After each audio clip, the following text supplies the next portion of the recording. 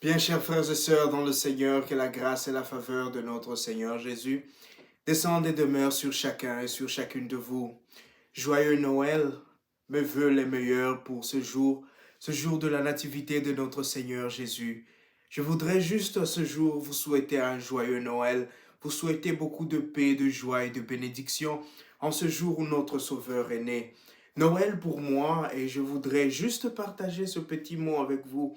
Noël pour moi représente trois réalités. Noël pour moi représente la victoire de la lumière sur les ténèbres. Vous savez, on dit le peuple qui marchait dans les ténèbres a vu s'élever la lumière, a vu la splendeur jaillir. Noël, c'est ce jour où la lumière a vaincu les ténèbres, ce jour où notre Dieu dit que la lumière soit, et la lumière fut. Aujourd'hui, dans le monde, est né le Sauveur, est née la lumière. Nous nous rappelons de cette étoile qui est debout au-dessus de la crèche, cette étoile qui guide le mage. Voilà la première symbolique de ce jour de Noël, le premier signe de ce jour, que notre vie soit lumière. Le Seigneur nous appelle aujourd'hui à briller. Les choses ne vont pas toujours bien, les choses parfois sont difficiles, mais nous sommes cette lumière. Nous sommes appelés à être cette lumière. La lumière, même quand les choses sont difficiles, elle brille, elle essaye de briller. Essayez d'être des lumières autour de vous, essayez de vaincre la haine, essayez de vaincre la division, essayez d'apporter plus de joie et de sourire aux personnes auprès de vous, aux personnes qui vous entourent. Deuxièmement, Noël, pour moi, c'est une fête qui rappelle que le Seigneur est toujours avec ceux qui sont pauvres. Vous qui avez des difficultés, vous qui souffrez, n'ayez pas peur. Le Seigneur lui-même, en venant dans ce monde, il est venu dans des conditions, il s'est fait un avec ceux qui souffrent pour au fait les sortir de cette souffrance. Aujourd'hui, c'est le jour où nous apportons nos peines devant le Seigneur. Nous apportons nos peines, nos soucis, nos supplications devant le Seigneur parce qu'il veut se faire un de nous. Il est venu. Marie et Joseph ont manqué de place là où tout le monde était, là où tout le monde était rassemblé, là où il y avait la fête, là où il y avait l'ambiance, là où il y avait la chaleur. Ils n'ont pas eu de place là-bas. Ils sont partis trouver une place dans l'isolement, loin de personnes, avec pour seul compagnon peut-être des animaux et des bergers, des personnes qui vivent dans les montagnes, des personnes qui vivent en marge de la société. Voilà là où est né le Seigneur, pour nous dire, vous qui êtes dans le problème, vous qui avez des soucis, vous qui avez des difficultés, vous n'êtes pas seul. Je suis là avec vous. Je suis auprès de vous. Je compatis, je connais vos douleurs, je connais votre malheur. Et aujourd'hui, je suis venu pour vous donner la réponse. Je suis venu pour vous sauver.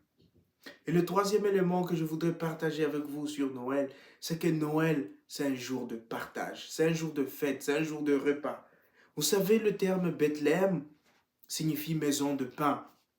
Et Jésus, nous voyons que Jésus est né et il a été couché dans une mangeoire. Une mangeoire, c'est un lieu où on mange, c'est un lieu où les animaux se nourrissent.